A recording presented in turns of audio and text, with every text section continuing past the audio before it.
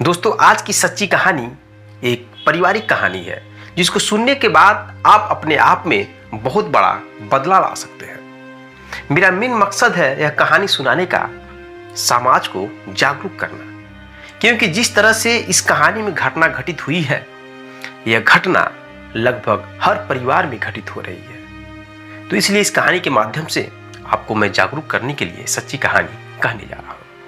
मेरे दोस्तों, जिस सच्ची घटना की मैं बात करने जा रहा हूँ, यह कहानी एक शादीशुदा जोड़ी की है जो शादी के बाद कुछ समय तक अच्छे से रहते हैं और उस परिवार में पति पत्नी और सास ननद रहते हैं। सास जो है वो अपनी बहू से खुश नहीं थी।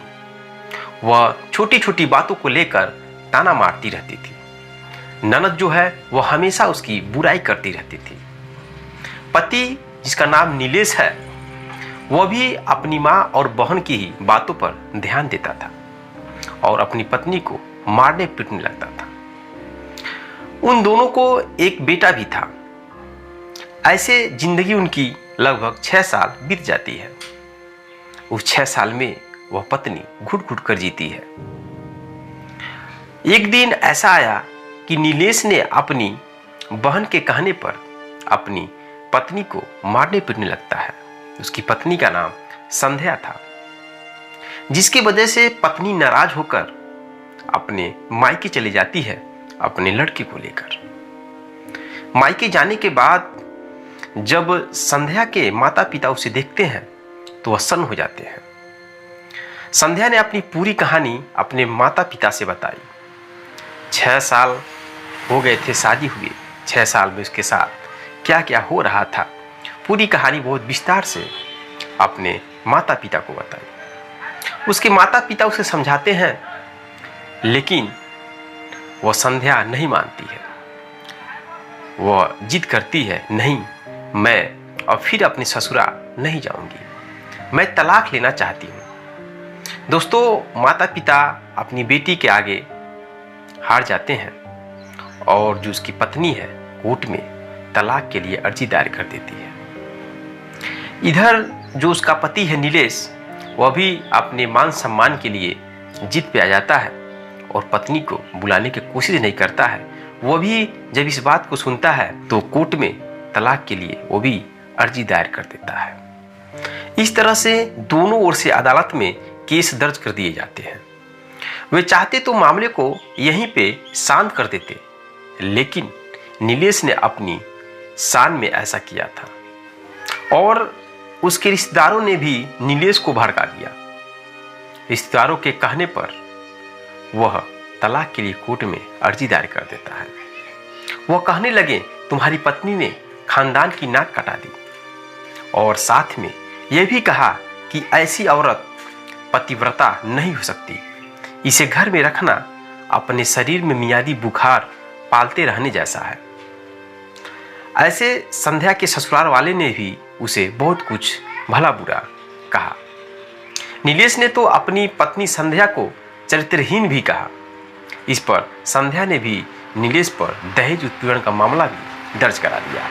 इस तरह से 2 साल तक मुकदमा चलता रहा। तारीख पे तारीख पड़ता रहा। 2 साल संध्या और नीलेश दोनों अलग रहे। इस तरह 2 सालों तक पति और पत्नी दोनों झेलते रहे, दोनों दूर रहे। इधर पत्नी जीवन यापन करने के लिए उसने नौकरी ढूंढ ली और बेटे का दाखिला भी एक अच्छे स्कूल में करा दिया। सबसे बड़ी बात तो यह थी कि उन दोनों ने अपने बच्चों के बारे में कभी सोचा ही नहीं। बेटा इस फैसले से खुश नहीं था, क्योंकि सब कुछ उसके आंखों के सामने ही हो रहा था। मुकदमे की सुनवाई पर दोनों को आना होता है। अंतिम डेट पड़ता है 2 साल के बाद।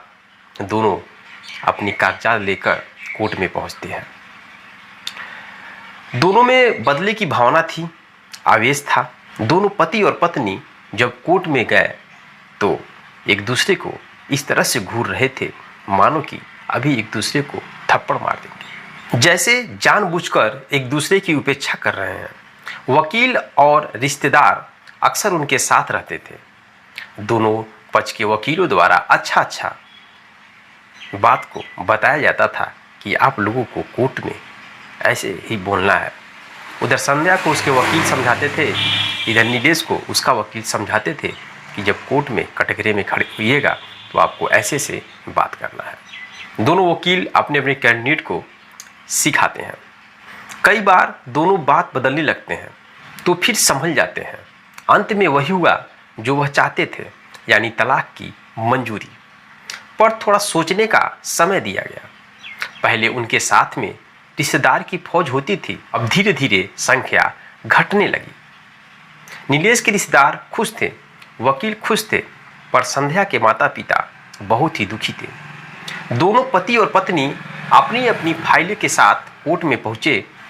उस दिन की अदालत की कार्रवाई थोड़े ही देर में थी और अदालत के बाहर तेज धूप से बचने के लिए दोनों एक ही टी स्टॉल पर बैठे और दोनों आमने सामने बैठे थे। तो पति और पत्नी एक ही मेज के आमने सामने जब रहते हैं तो दोनों एक दूसरे को घूर रहे थे। दोनों पहले कुछ देर तक शांत रहते हैं। उसके बाद संध्या बोली, मुबारक हो, अब तुम तो चाहते हो वही जो होने वाला है। नीलेश ने कहा, तुम्हें भी बधाई हो, तुम भी तो यही चाहती थी। मुझसे अलग होकर अब जीत जाओगी तुम। संध्या से रहा नहीं गया और बोली, तलाक का फैसला क्या जीत का प्रतीक है? नीलेश बोला, तुम ही बताओ। पर संध्या ने जवाब नहीं दिया, वह चुप रही और फिर बोली, तुमने मुझे चरित्रहीन कहा था। अच्छा हुआ कि अब तुम्हारी चरित्रहीन स्त्री से पीछा छूट गया। नीलेश ने कहा, वह मेरी गलती थी, मुझे ऐसा नहीं कहना चाहिए था। मैंने बहुत मानसिक तनाव झेला है। उस समय मैं काफ़ी गुस्सा और तनाव में था। और फिर वह दुखी मन से कहता है कि पुरुष इसी हथियार से स्त्री पर वार करता है जो स्त्री के मन और आत्मा को लहूलुहान कर देता है। मुझे तुम्हारे बारे में ऐसी गंदी बात नहीं कहना चाहिए था। मुझे बेहद अफसोस है। संध्या चुप रहती है और नीलेश की तरफ एक बार देखती है। कुछ पल चुप रहने के बाद नीलेश ने गहरी सांसें ली और कहा, तुमने भी तो मुझे दहेज लोभी कहा था। कुछ देर चुप रहने के बाद संध्या बोली, मैं कोई और आरोप नहीं लगाती, लेकिन मैं ऐसा नहीं कर सकती।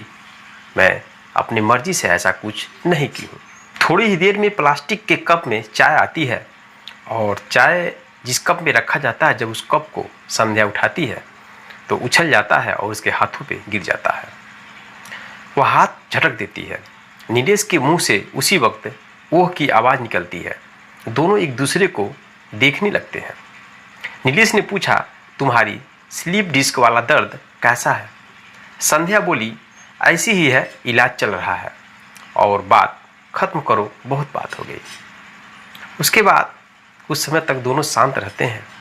फिर संध्या बोलती है, तुम्हारे हार्ट की क्या कंडीशन है? फिर दोबारा अटैक तो नहीं हुआ? नीलेश कहता है, डॉक्टर ने स्ट्रेंथ मेटल स्ट्रेस कम करने को कहा है। मैं बहुत तनाव में हूँ, बार बार सोचता रहता हूँ। डॉक्टर बोला है थोड़ा कम सोचिए। दोनों एक दूसरे को देखते रहें, एकटक जैसे आपस के चेहरे पर छपे तनाव को दोनों पढ़ रहे हैं। फिर संध्या बोलती है, दवाई तो लेते रहते हो ना? नीलेश कहा, हाँ लेता रहता हूँ। फिर संध्या बोलती है, तब आज तुम्हारी सांसें क्यों फूल रही है? बीपी की गोली तुमने खाया है कि नहीं खाया है? नीलेश बोलता है, आज भूल गया क्योंकि बहुत तनाव में था। कुछ देर तक दोनों फिर शांत रहते हैं। शांत रहने के बाद नीलेश कहता है, मुझे तुमको 15 लाख रुपए और 20,000 रुपये मंथली देना है। मेरे पास 15 लाख रुपए तो है नहीं, लेकिन तुम जानती हो नोएडा में जो मेरा फ्लैट है, वही फ्लैट तुम्हारे नाम कर दूंगा। यह बातें सुन करके संध्या बोलती है, उस फ्लैट की कीमत 30 लाख है, मुझे केवल 15 लाख चाहिए। ऐसा है कि जो 20,000 रुपये मंथली है वह मुझे तुम देते रहना और 15 लाख रुपये मुझे नहीं चाहिए। नीलेश से बातें सुन करके शांत रहता है। फिर संध्या नीलेश को देख रही थी और सोच रही थी, इनका जो कभी मेरे साथ कितने अच्छे हैं, मैं ही शायद कहीं समझने में गलती कर दी। शायद नीलेश भी यही सोच रहा था। दूसरों की बीमारी की कौन परवाह करता है, और यह करती थी परवाह, कभी जाहिर भी नहीं होने देती थी। कितनी संवेदना है इसमें। मैं अपनी क्रोध के नशे में, आक्रोश में मैं इसे समझ नहीं पाया और मुझे लगता है कि मैं बहुत बड़ी गलती कर चुका हूँ। कुछ देर तक दोनों शांत रहते हैं। फिर नीलेश कहता है संध्या से, क्या हम दोनों जीवन को नया मोड़ नहीं दे सकते? यह बात सुनकर के संध्या के होश उड़ जाते हैं और संध्या बोलती है किस तरह का जीवन को मोड़ देना है। उसके बाद वह कहता है कि संध्या, मुझे माफ कर दो, मैं गलत था, सच कर रही थी तुम, मैंने कभी भी तुम्हारे इच्छाओं को जानने की कोशिश नहीं किया और मैं तुम्हारा गुनहगार हूँ, तुम्हारी इच्छाओं का गला घोटा है मैंने। नीलेश के भोलेपन ने संध्या के अंदर दिल को छू दिया, उसके दिल को पिघला दिया और संध्या अपने आप को खुद को रोक नहीं पाई और नीलेश को गले से लिपटकर रोने लगती है। दोनों एक दूसरे के आंख के आंसू को पूछते हैं, दोनों रोते हैं। उसके बाद दोनों तैयार हो जाते हैं कि हम दोनों अब तलाक नहीं लेंगे और न ही जिंदगी में कभी झगड़े करेंगे। इस तरह दोनों एक दूसरे की गलतियों को माफ करके दोनों गले लग जाते हैं और वहीं पे जो तलाक के कागज़ है उसको फाड़ कर बिक देते हैं।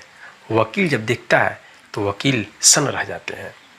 दोनों एक दूसरे से गले मिलते हैं और हाथ पकड़कर दोनों अपने घर के लिए रवाना हो जाते हैं, नई जिंदगी की शुरुआत कर देते हैं।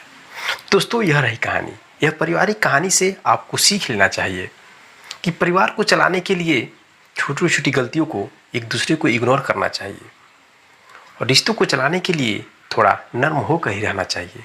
परिवार में विश्वास, धैर्य, लगन, सहनशीलता, इन सब चीज़ों की बहुत ज़रूरी होती है। जब ये सब चीज़ें नहीं होती हैं तो परिवार एक दिन टूट जाता है, बिखर जाता है।